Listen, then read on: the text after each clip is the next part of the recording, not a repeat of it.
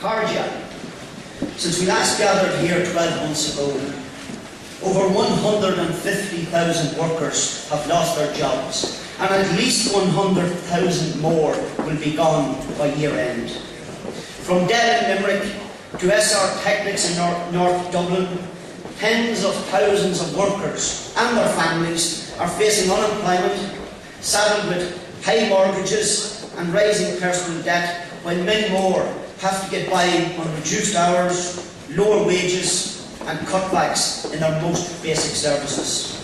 Across the island, from factory floors to the offices of our SMEs, thousands of businesses are faced with the threat of closure.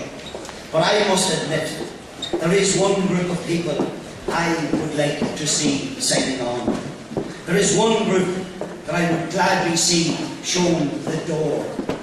I refer to the bankers, the so-called banker financial regulators, and the sinking Fianna Fáil Green Party government that deserves the sack.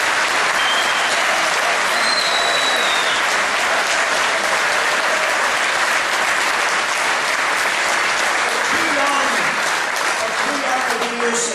Irish banking executives were led away with embezzlement, reckless lending and fraud.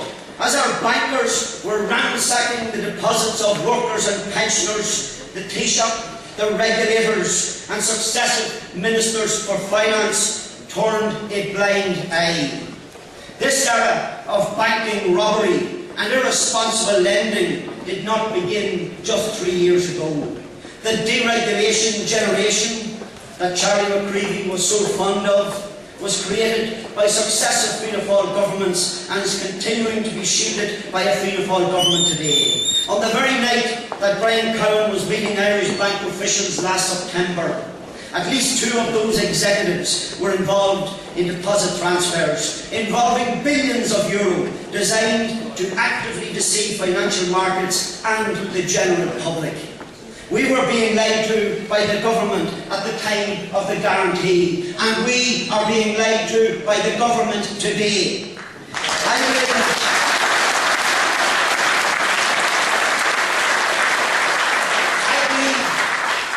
that Irish people have had enough. Our party, our comrades in the trade unions, and our partners in our SMEs will not allow the banks to go on wrecking this country. All of those involved in banking corruption must be investigated, must be charged, and must be sent to jail.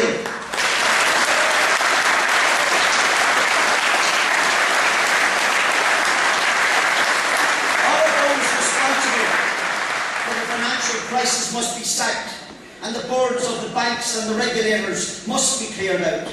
And if Fianna Fáil and the Greens are unwilling to bring in these changes, then we need to find a government which will. It is unacceptable for banking executives to earn millions of euro of taxpayers' money, while ordinary Irish people are struggling to meet the basic cost of living. Hospital consultants should no longer get $300,000 a year for a 33-hour week.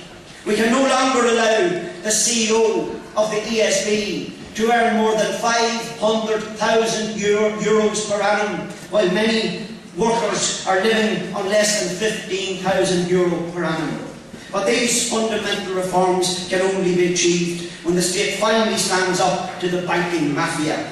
We need more than a token share in our 2 biggest banks, and we oppose the government's decision for the taxpayer to take on responsibility for the developers' poisonous debts in Anglo-Irish. That toxic cesspit should have been allowed to close.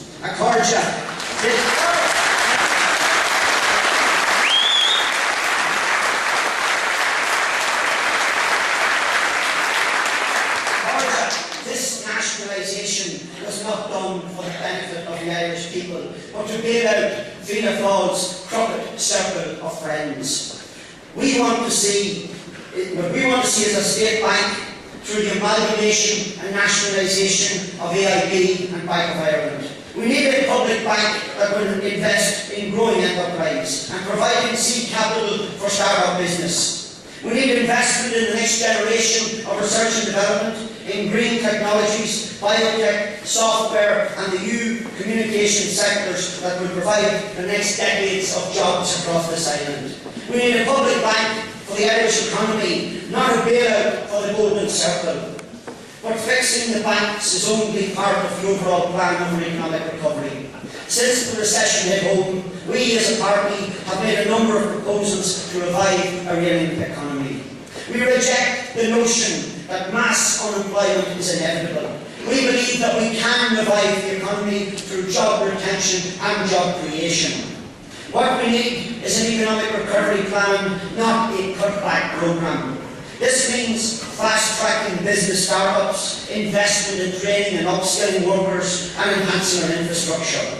To create jobs, you must invest in jobs. Front-loading our infrastructure, focusing on areas of growth such as renewable energy and the agri-food industry, and growing our SME exporting capacity.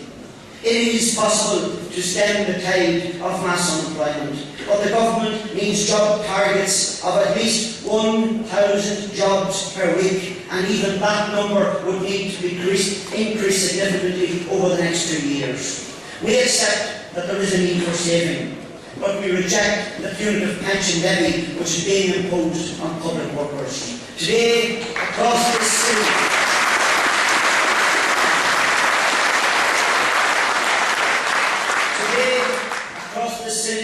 thousands of public servants will march to show that they will not be bullied and isolated by this government. That workers, both public and private, will stand united.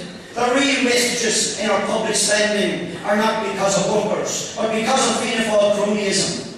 We want an end to outsourcing of public services, to stop using public-private partnerships and a cap on the extravagant salaries of senior management in our state companies and in the banks.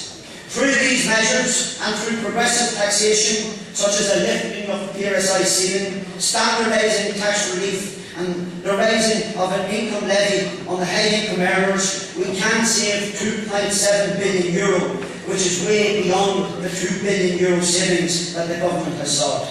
We cannot have economic progress without social progress. We cannot overcome this financial burden without sharing that burden equally. And we cannot create jobs without investing in jobs. It is time to stand up to this government and to the cutbacks, to begin action on keeping and making jobs, and to plan our way out of this government banker, speculator developed recession. Support motion 102 and emergency motion number 7.